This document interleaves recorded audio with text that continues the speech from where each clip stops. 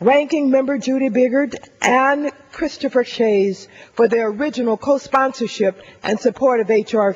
1851. It has been less than 2 months since the Committee on Financial Services considered major reforms to the Section 8 program. The Section 8 Voucher Reform Act of 2007, which passed the Committee on Financial Services by a vote of 52-9, is truly the culmination of work that began in the 109th Congress.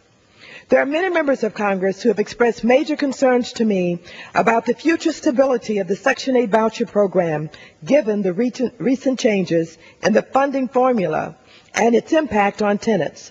This bill addresses many of those problems and will return much-needed stability to the Section 8 program and the 2 million low-income families who rely upon it.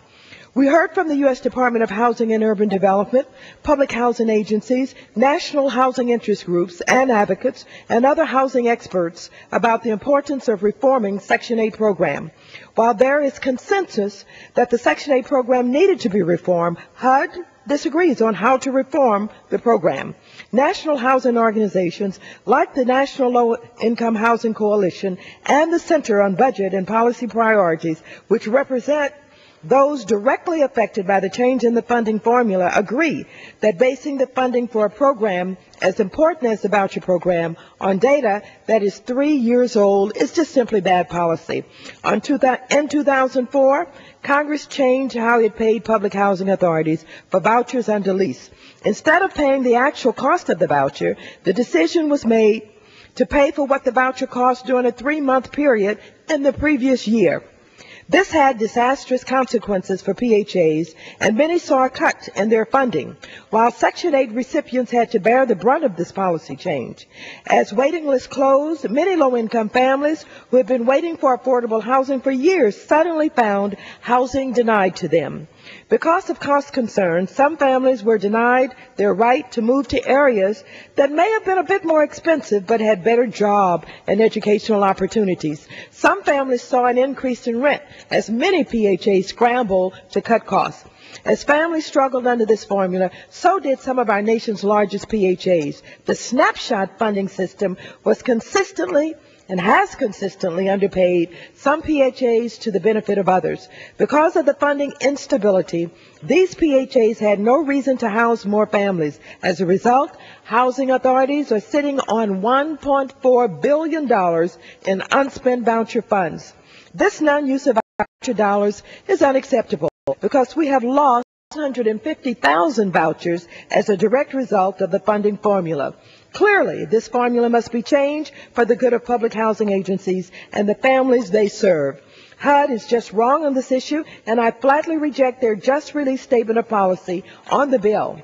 H.R. 1851 updates the voucher formula by basing funding for vouchers on the previous year's leasing and cost data.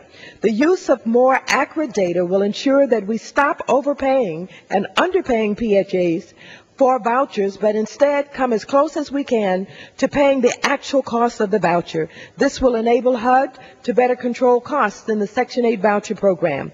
This funding approach was recently embraced by both houses of Congress in H.J. Res. 20.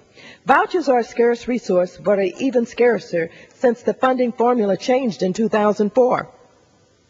Only 1 out of 4 families who are eligible for housing assistance, including vouchers, actually receive it. H.R. 1851 provides PHAs with several resources for increasing the number of families they serve.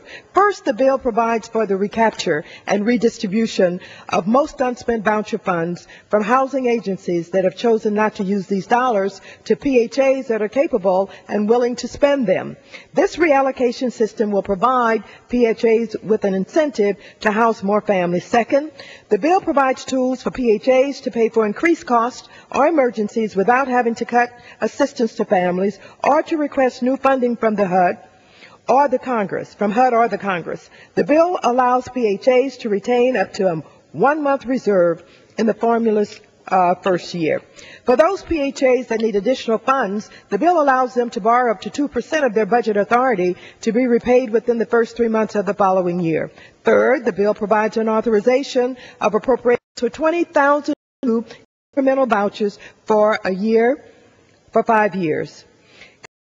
has not authorized new vouchers since 2002. During this period, we all know that the need for voucher assistance has grown, not declined. We're not meeting the need for housing vouchers for very low-income persons in this country, working families, the disabled, and elderly. Additional vouchers are needed to make sure that the voucher program continues to keep up with the ever-expanding need for affordable housing in this nation.